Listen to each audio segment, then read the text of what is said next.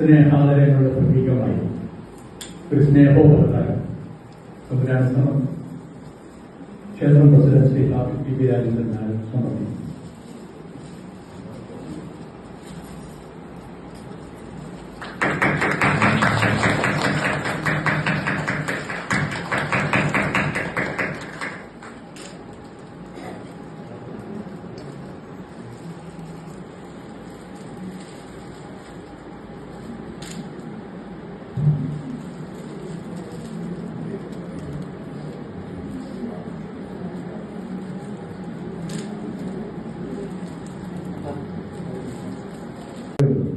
Icon ദേവീക്ഷേത്രത്തിന്റെ കാര്യത്തിൽ പ്രത്യേക താല്പര്യം അദ്ദേഹം എപ്പോഴും എടുക്കാറുണ്ട്. വേണ്ട നിർദ്ദേശങ്ങൾ തീർച്ചയായും വളരെയധികം ഉപകാരപ്രദവുമാണ്. അതുകൊണ്ട് അദ്ദേഹത്തെ ഒരു അതിഥിയായി കണക്കാക്കാൻ എന്തോ മനസ്സനുവദിക്കുന്നില്ല. വേണം വിചാരിച്ചാൽ ഒരു മനസ്സനുവദിക്കുന്നത്. കാരണം അദ്ദേഹം ഒരു കുടുംബാംഗത്തെ പോലെയാണ് തോന്നുന്നത്. നമ്മുടെ ആരാധനായ ക്ഷേത്രം തന്ത്രി അഖിലമംഗലം മകൻ ബ്രഹ്മശ്രീ കണ്ഠരംഗ ചന്ദ്രമോഹൻ കാളകളെ ഈ അവസരത്തിൽ ഈ അർച്ചനാപുഷ്പങ്ങൾ സ്വീകരിച്ചതിന് ശേഷം നമ്മുടെ അഭിസംബോധന ചെയ്യാനും അനുഗ്രഹ പ്രഭാഷണം നടത്തുവാനായി ക്ഷണിക്കുന്നു.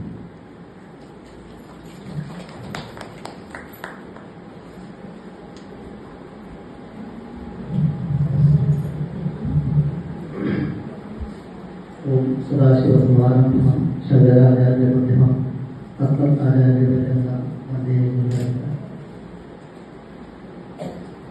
വേദിയിലിരിക്കുന്ന വിശിഷ്ട വ്യക്തികളെ, സദസ്സിലിരിക്കുന്ന ദേവിയുടെ പരമഭക്തരെ മക്കളെ, അമ്മയുടെ മക്കളെ, ഈ മഹത്തായ വേളയിൽ ഇവിടെ എത്തുവാനും നിങ്ങളെയൊക്കെ കാണുവാനും ഈ സംഗതികൾ പങ്കുചേരുവാനും ഒക്കെ അനുഗ്രഹിച്ച അമ്മയുടെ പാതാരവിന്ദങ്ങളെ അടിയന്റെ ശിരസ് നമിച്ചുകൊണ്ട് പറയട്ടെ. ഞാൻ കുറച്ചധികം ക്ഷേത്രങ്ങളുടെ താന്ത്രവൃത്തി കഴിഞ്ഞ 96 മുതൽ ചെയ്യുന്നുണ്ട്. 21 വർഷമായെന്ന് തോന്നുന്നു.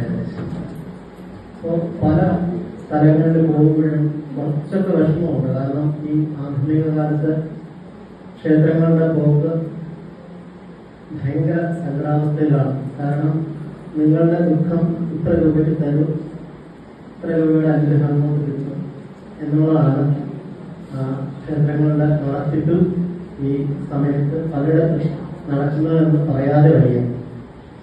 ക്ഷേത്രങ്ങൾ വെറും ഭക്തികേന്ദ്രങ്ങൾ മാത്രം അല്ലാതെ സാംസ്കാരികമായും സാമൂഹികമായും ഉന്നതിക്ക് പ്രവർത്തിക്കുമ്പോഴാണ് അതിൻ്റെ മഹത്വം ശരിക്കും ഉണ്ടാകുന്നത്. അപ്പൊ ഞാനിപ്പോ പല ക്ഷേത്രങ്ങളിലും ഇതുപോലുള്ള സത്സംഗങ്ങളിലും സമ്മേളനങ്ങളിലും പങ്കെടുക്കുമ്പോൾ എനിക്ക് അഭിമാനത്തോടു കൂടി എടുത്തു പറയാൻ പറ്റുന്ന ഒരു ക്ഷേത്ര സങ്കേതമാണ് ആര്യപൂർണം ദേവീ ക്ഷേത്രം. ഞാൻ വെറുതെ പോയിട്ട് പറയുന്നതല്ല, പറയുന്നത് എന്ന് പ്രവർത്തിച്ച് കാണിച്ച് കുറെ അമ്മമാരുടെ അവരുടെ ആ സ്ത്രീ ശക്തിയുടെ ഒരു ഇതാണ് ഇവിടെ കണ്ടുവരുന്നത്. അതിൽ ഏറെ സന്തോഷമുണ്ട്. അത് ഇനിയും മുന്നോട്ട് പോകട്ടെ എന്ന് ഞാൻ ആശംസിക്കുന്നു. ഒരു ചെറിയ കഥയല്ല, തമ്പുരാൻ പോകാൻ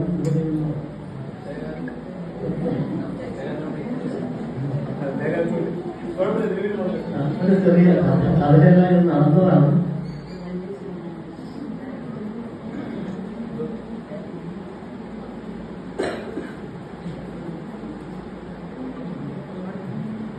അതല്ല, ഇത് നടന്ന സംഗതിയാണ്. നമ്മുടെ പാർവതീപുരം എന്നുള്ള സ്ഥലം എല്ലാവർക്കും അറിയാമല്ലോ. നാഗർകോവിലിനടുത്ത് പാർവതീപുരം എന്നൊരു സ്ഥലമുണ്ട്. ആ പാർവതീപുരത്തിന് അവിടുന്ന് കളക്ട്രേറ്റിലേക്ക് തിരിയുമ്പോൾ അവിടെ ഒരു പരമാലീശ്വര ക്ഷേത്രം എന്ന് പറയുന്ന ക്ഷേത്രം ഉണ്ട്. അവിടെ മഹത്തായ ഒരു വ്യക്തി, ഒരു താപസി ഉണ്ടായിരുന്നു. അദ്ദേഹത്തിന്റെ പേര് ശ്രീധര സ്വാമികൾ എന്നാണ്. അദ്ദേഹം ഹിമാലയത്തിൽ മഹാഭാവ ഗുരുവിന്റെ ശിഷ്യനായിട്ട് 15 വർഷം അദ്ദേഹത്തെ ശുശ്രൂഷിച്ച് അവസാനം സമാധി അടയുന്ന സമയത്ത് ഏറ്റവും അടുത്തിരുത്തിയിരുന്ന ആളാണ്. സമാധിയുടെ അവസ്ഥകൾ എങ്ങനെയാണ് ഈ സ്വാമിക്ക് അദ്ദേഹം പറഞ്ഞു കൊടുത്തിരുന്നു. അതായത് എന്റെ ജീവൻ മൂലാധാരത്തിൽ നിന്ന് ഉദരത്തിന്റെ ഭാഗത്തേക്ക് അടുത്ത അവസ്ഥയിലേക്ക് എത്തുന്നത് വരെ എനിക്ക് സംസാരം ഉണ്ടാവുന്നു. അത് കഴിഞ്ഞാൽ എനിക്ക് സംസാരിക്കാൻ പറ്റില്ല. അപ്പോൾ ഓരോ അവസ്ഥയിൽ ഈ ജീവൻ എത്തുന്ന സമയത്ത് നീ എന്ത് ചെയ്യണം? അവസാനം ഈ സംസ്കാരം പൊട്ടിയിട്ട് രക്തം വരും. അപ്പോൾ അത് അവിടെ മൂർത്തന്റെ അടുത്തിരിക്കും. ആ സമാധി കൂടെ എന്ന സ്വാമികളാണ്. അദ്ദേഹം മഹാപണ്ഡിതൻ, സംസ്കൃതത്തിന് അഗ്രജനമായിരുന്നു. അദ്ദേഹം ഒരു സ്വഭാവം ഉണ്ടായിരുന്നു. എല്ലാ വർഷവും മൂകാംബിക ദേവിയെ കുറിച്ച് സ്തുതികൾ എഴുതിയിട്ട് അത് പേപ്പറിലാക്കി അദ്ദേഹം എല്ലാ വർഷവും അമ്മയുടെ സന്നിധിയിൽ കൊണ്ട് സമർപ്പിക്കുമായിരുന്നു. ഇതെല്ലാ വർഷവും കൃത്യമായിട്ട് നടന്നുകൊണ്ടേയിരുന്നു. ആ ഒരു സമയമായപ്പോൾ അദ്ദേഹത്തിന് ഒരു 3 വർഷത്തോളം ഈ സ്തോത്രങ്ങൾ എഴുതാനും ഇതുകൊണ്ട് അമ്മ സമർപ്പിക്കുവാനും സാധിക്കാതെ ആരോഗ്യ കാരണങ്ങളാണ് ഇത് മറ്റു പലതുകൊണ്ടും. അങ്ങനെ 3 വർഷം കഴിയുമ്പോൾ ഒരു സുപ്രഭാതത്തിൽ ഒരു അമ്മ അവിടെ തൊഴാൻ വന്നു. ഈ വരമാലീശ്വര ക്ഷേത്രത്തിൽ തൊഴാൻ വന്നിട്ട് അവിടെയൊക്കെ നടന്നു കൊള്ളു. ഇവർക്ക് ആർക്കും പരിചയമില്ല, ഇത് എവിടെ വരുന്നതെന്നൊന്നും അറിയില്ല. അപ്പോൾ അദ്ദേഹം തന്നെ അന്വേഷിച്ചു, അമ്മ എവിടെ നിന്നാണ് വരുന്നത്, എന്താ വിശേഷം എന്നൊക്കെ ചോദിച്ചു. അപ്പോൾ അമ്മ പറഞ്ഞു വേറെ ഒന്നും മറുപടി ഒന്നും അറിയാൻ പറയുന്നില്ല. അപ്പോൾ സ്തോത്രങ്ങൾ എഴുതാറില്ലേ, മതിയാക്കുകയല്ല പരിപാടി എന്ന് ചോദിച്ചു. അല്ല ശ്രമിക്കുന്നുണ്ടെന്ന് അദ്ദേഹം മറുപടി പറഞ്ഞു. പിന്നെ എന്താ കാണാത്തതെന്ന് ചോദിച്ചു. അപ്പൊ ഇദ്ദേഹം ആകാംക്ഷ കൂടി. അപ്പൊ അദ്ദേഹത്തിന് എന്തായിരുന്നു, അല്ല 3 വർഷമായിട്ടൊന്നും എഴുതാറില്ലെന്ന് സംശയം, അതുകൊണ്ട് ചോദിച്ചതാണ്. എന്നിട്ട് ആ അമ്മ പറഞ്ഞു, നിങ്ങൾ ഇവിടെ ഒരു സരസ്വതിയുടെ ബിംബം പ്രതിഷ്ഠിക്കണം, സരസ്വതിയെ വെച്ച് ആരാധിക്കണം എന്ന് പറഞ്ഞു. എന്നിട്ട് പറയും, ഈ ബിംബത്തിനെ ഞാൻ സഹായിക്കാം, ചെങ്ങന്നൂരാണ് എന്റെ സ്ഥലം, ചങ്ങനാശ്ശേരിയിലാണ് എന്റെ സ്ഥലം, നിങ്ങൾ അവിടെ വന്നാൽ മതി, ഞാൻ സഹായിക്കാൻ പറ്റും, എന്റെ പേര് ശ്രീമതി എന്ന് പറഞ്ഞിട്ട് അവരെ പോവുകയാണ്. അങ്ങനെ സ്വാമിജി ഈ ക്ഷേത്രത്തെ നിർമ്മിച്ച് വിഗ്രഹം എടുക്കാനായിട്ട് ചെങ്ങന്നൂരിൽ ചെന്നു, ചങ്ങനാശ്ശേരിയിൽ ചെന്നു. പല സ്ഥലങ്ങളിൽ ഇവരെ അന്വേഷിച്ച് പേര് വെച്ചിട്ട് അഡ്രസ് അറിയും. അവസാനം അവിടെ LSSുമായിട്ട് ബന്ധപ്പെട്ട് അഡ്രസ്സുകൾ കയറി പഞ്ചായത്തിൽ പോയിട്ട് അഡ്രസ്സുകൾ കണ്ടുപിടിക്കാനേ ആവുന്നില്ല. അങ്ങനെ നിരാശനായിട്ട് സ്വാമിജി തിരിച്ചു പോകാൻ തുടങ്ങുമ്പോഴത്തേക്ക് ഈ LSSന്റെ ഓഫീസിൽ തന്നെ കൂട്ടുകൊണ്ടിരുന്ന ഒരു അമ്മ പറഞ്ഞു, എന്താ വിഷമിച്ച് പോകണമെന്ന് ചോദിച്ചു. അപ്പോൾ ഇങ്ങനെ ഒരു അമ്മയുടെ കാര്യം അന്വേഷിച്ചാണ് വന്നത്, എനിക്ക് അറിയില്ല, അഡ്രസ് ഇല്ല, പേര് മാത്രമായിരുന്നു. ഇത് എനിക്കറിയില്ല, നിങ്ങൾ അതിനോടൊപ്പം പോയിരുന്നു. അന്ന് സ്വാമിക്ക് ഒരു കത്താൻ ദാസിനും കാണാൻ അമ്മയും കൂട്ടി ഒരു വിജനമായ വഴിയിൽ വീട്ടിലേക്ക് ചെന്ന സമയത്ത് മറ്റേ അമ്മകത്തുനിന്ന് ഇറങ്ങുന്നവരാണ്. കണ്ടുപിടിക്കാൻ പ്രയാസമായോ എന്ന് ചോദിച്ചു. ഇതൊന്നും നമുക്ക് വിശ്വസിക്കാൻ പറ്റാത്ത സംഗതികളാണ്. ഇന്നും അവിടെ ആരെങ്കിലും അമ്മ പറഞ്ഞു, മോനെ അകത്ത് 3 സരസ്വതി ബിംബമുണ്ട്, എനിക്ക് ഇഷ്ടമുള്ളവരുടെ അടുത്താണ്. അപ്പൊ വീണവാദിനിയായിരിക്കുന്ന സരസ്വതിയുടെ ഒരു ബിംബം കണ്ടപ്പോൾ അദ്ദേഹം പറഞ്ഞു, എനിക്ക് ഇത് ഇഷ്ടപ്പെട്ടു, ഇതിനെ എനിക്ക് തരാമോ, പിന്നെ തട്ടിയിട്ടുള്ളതെന്ന് കൊടുത്തുവിടുകയും ചെയ്തു. എന്നിട്ട് പ്രതിഷ്ഠാവേളയാകുമ്പോൾ അമ്മയെ അറിയിക്കാം, അമ്മ ഇവിടെ വന്ന് ഞങ്ങളെ അനുഗ്രഹിക്കണം.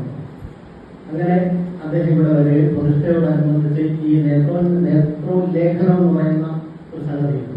കണ്ണ് സൂക്ഷ്മമണി തുറക്കുന്നത്, അത് ആശാരിമാർ അല്ലെങ്കിൽ മൂശാരിമാർ അങ്ങനെയുള്ളവരാണ് ചെയ്യുന്നത്, ശില്പിമാർ. അങ്ങനെ ഒരു ശില്പിയെ നാഗോലിൽ വിളിച്ചു വരുത്തുകയും അദ്ദേഹം അതിന്റെ സൂക്ഷ്മമണി തുറക്കാനായിട്ട് ഉള്ളിയിട്ട് കുത്തിയെടുക്കുകയും ചെയ്തപ്പോൾ സ്വാമി വിളിച്ചു, സ്വാമി ഇത് വേറെ തിരിച്ചറിയുമ്പോഴാണ് എനിക്കൊരു സംശയമുണ്ട്, നമുക്കിതിനെ പരിശോധിക്കണം. അങ്ങനെ ഒരു ഗോൾഡ് സ്മിത്തിനെ വരുത്തി ഇത് പരിശോധിച്ചപ്പോൾ തനി തങ്കമാണ്, 8 കിലോ വെയിറ്റ് വരുന്ന തനി തങ്കത്തിലുള്ള ഇന്നും അവിടെ ആ പ്രതിഷ്ഠയുണ്ട്, നോക്കാം. അപ്പോൾ 8 കിലോയോളം വെയിറ്റ് വരും. വളരെ പ്രശ്നമായി, ഇത് വലിയൊരു ഇതല്ലേ. അപ്പോൾ പല നിയമപ്രശ്നങ്ങളാണ്. അവസാനം സ്വാമിജി എഴുതി അവിടുത്തെ ലെറ്റർപാട്ട് എഴുതി സൈൻ ചെയ്ത് കൊടുത്തു, ഇത് ഞാൻ ഒരിക്കലും വിറ്റ് കാശാക്കി, ഇത് ഭക്തനെങ്കിലും ഭരിക്കാൻ വേണ്ടി വിൽക്കാനാണ് ഉദ്ദേശിക്കുന്നത്. അങ്ങനെ കളക്ടറുടെ സമ്മതപ്രകാരം അതവിടെ പ്രതിഷ്ഠിക്കുകയും ചെയ്തു.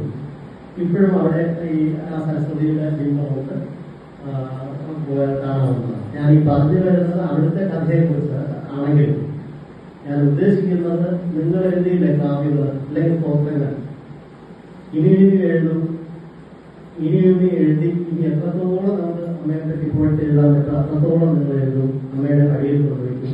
ഒരു ദിവസം നിങ്ങളെ പഠിക്കൽ അമ്മ വന്നു, നിങ്ങൾ അറിയാതെയാണ്.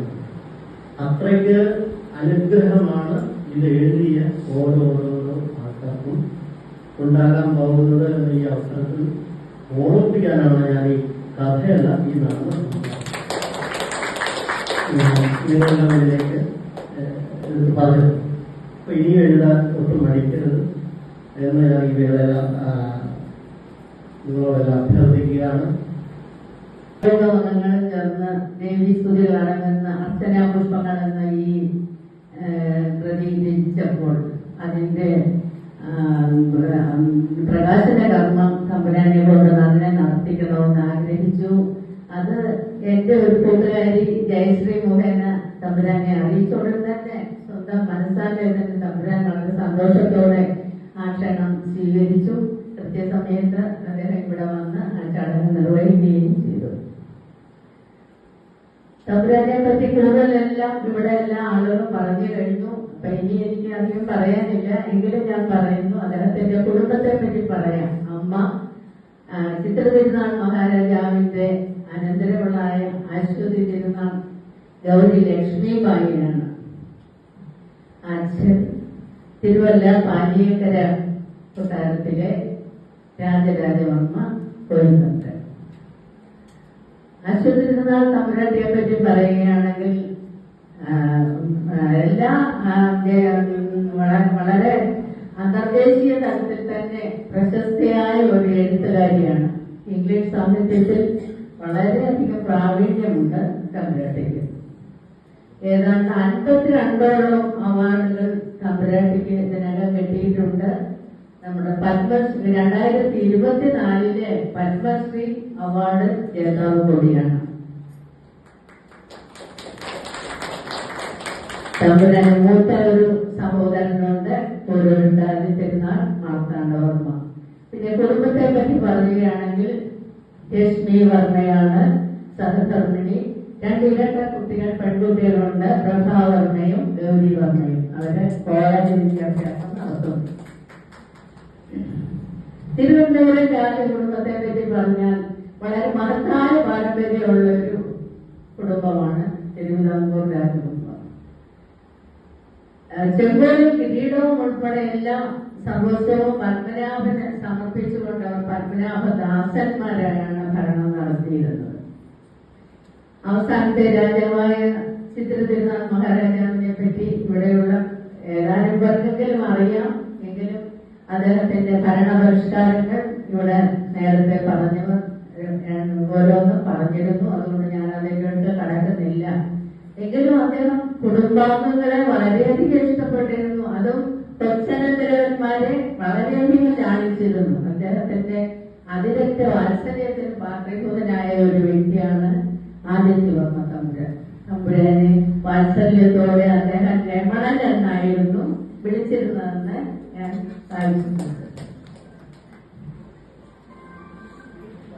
അദ്ദേഹത്തിന്റെ ഇഷ്ടവിനോദം യാത്രയാണ്. ഹിമാലയ സാനുകളിൽ നിരവധി പ്രാവശ്യം പോയിട്ടുണ്ട്.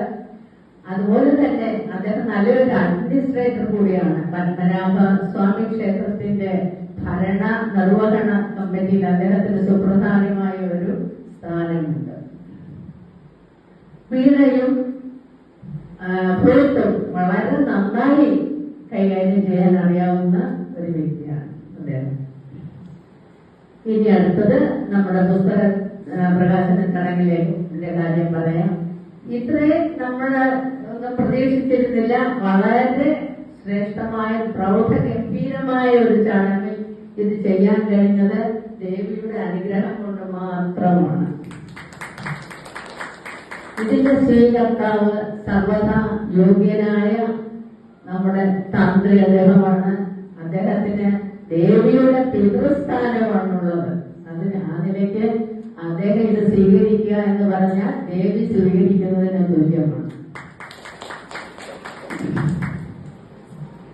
വളരെ ലളിതമായ ഭാഷയിൽ ഭക്തിയും ലാളിത്യവും ആദരവും എല്ലാം അർച്ചനാ പുഷ്പങ്ങളായി ദേവിയുടെ പാതാരബിന്ദങ്ങളിൽ ഇത് എഴുതിയ ഓരോരുത്തരും സമർപ്പിച്ചിരിക്കുകയാണ്.